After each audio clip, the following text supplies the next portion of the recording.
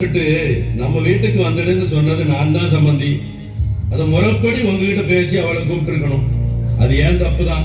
ரோஷினியை கட்டி கொடுத்ததும் யாருமே இல்லாத வீடா இருடஞ்ச மாதிரி ஆயிடுச்சு. ரோஷினிய மருமகனும் என் வீட்டுல இருந்தா எனக்கு கொஞ்சம் ஆறுதலா இருக்கணும் தான் அவளை என் வீட்டுக்கு வர சொன்னேன். அதுக்காக மருமகன் இப்படி செய்வாருன்னு நினைச்சு கூட பார்க்கல. என்ன சம்பந்தி சொல்றீங்க?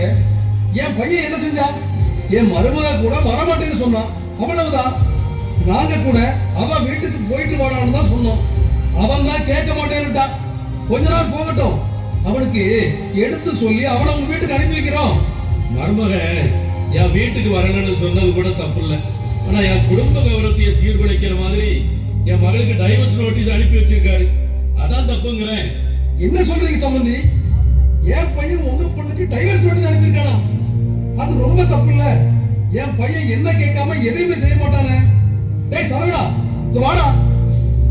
அப்பா சார் வாங்க, உட்கார்ந்து பேசலாம்ல. என்னது சாரா மாமாடா? அப்பா அதுக்கான காலம் முடிஞ்சு போச்சுப்பா. சரவணா, என்னப்பா சொல்ற? என் பிள்ளையா இப்படி பேசுற? என் நெஞ்சே வெடிச்சு போல இருக்கு. அப்படின்னா சம்பந்தி சொல்ற மாதிரி நீ ரோஷினிக்கு விவாகரத்து நோட்டீஸ் அனுப்புனியா? ஆமாப்பா அனுப்புனேன். அப்பா அவ பணத்தின் முல்ல எனக்கு டிவோர்ஸ் நோட்டீஸ் அனுப்பியிருக்கா. அவ என்ன வேண்டான்னு டிவோர்ஸ் நோட்டீஸ் அனுப்பும்போது ஒரு ஆம்பளை நான் எப்படி அனுப்பாம இருக்க முடியும்? மருமான ரோஷினி உங்களுக்கு விவாகரத்து நோட்டீஸ் அனுப்பியிருக்காளா? அது நிச்சயம் நடக்கிறதுக்கு வாய்ப்பு இல்லை. அப்பா நான் சரவண மேல உயிரையே வச்சிருக்கேன். அவரை நான் நம்ம வீட்டுக்கு கூட்டிட்டு வரதான் அந்த சதீஷோட ஆபீஸுக்கு போனேன்னு என்கிட்ட சொன்னான். ரோஷினி அனுப்பினான்னு சொன்னீங்களே, அந்த விவாகரத்து நோட்டீஸ் உங்ககிட்ட இருக்கா? என்கிட்ட இல்ல, சதீஷ் சார் கிட்ட இருக்கு. அதை நான் வாங்கி பார்த்தேன். அதுல ரோஷினியோட கையெழுத்து இருந்துச்சு. கையெழுத்து யார் வேணாலும் போட்டுக்கலாம். இது அந்த சதீஷோட வேலைதான்னு நிச்சயமா எனக்கு தெரியும். அது எனக்கு தெரியாது. இப்ப அவர்தான் எனக்கு கடவுள். நான் வேற கம்பெனில வேலைக்கு ஜாயின் பண்ண முயற்சி செய்யும் போது அத்தனையும் ரோஷினி தடுத்து நிறுத்திட்டா. என் அண்ணனையும் அண்ணியையும் இந்த வீட்டை விட்டே துரத்துட்டா. இந்த சிச்சுவேஷன்ல எனக்கு வேற இருந்து காப்பாற்றினது அந்த சதீஷ் சார் தான். யார் எது சொன்னாலும் நான் அவரை விட்டு கொடுக்கவே மாட்டேன். சரவணா, நீ யார்கிட்ட பேசிட்டு இருக்க? இன்னைக்கு தமிழ்நாட்டுல பேர் சொல்ற அளவுக்கு பல ஆயிரம் கோடிக்கு பிசினஸ் பண்ற ஒரு சம்பந்தி.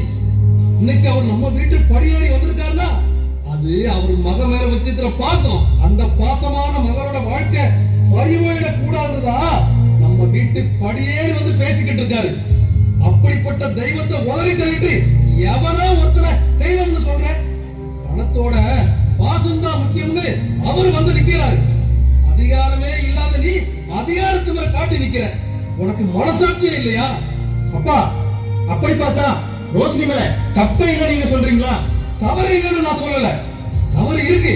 அவ எதுக்காக அண்ணனையும் அண்ணியையும் இந்த வீட்டை விட்டு விரட்டினாங்கிற கேள்வி என்கிட்டயே இருக்கு. அத சம்பந்தி கிட்ட சொல்லி கேட்க சொல்லுவோம்.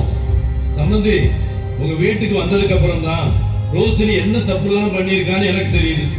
நிச்சயமா அதுக்கான விளக்கத்தை அவகிட்ட கேட்பேன். ஆனா ஒண்ணு மருமகன, உங்க மேல அவ பாசமா இருக்கான்னு மட்டும் எனக்கு தெரியுது. நான் இந்த பிரச்சனைக்கு தீர்வு காணும் வரைக்கும் நீங்க எந்த தவறான முடிவும் எடுக்க வேண்டாம். சரி, நான் உங்க முடிவுக்கு கட்டுப்படுறேன். அவ எதுக்காக எங்க வீட்டுல இந்த ஆட்டத்தை ஆரம்பிக்கிற விவரம் எனக்கு கண்டிப்பா தெரிஞ்சாகணும்.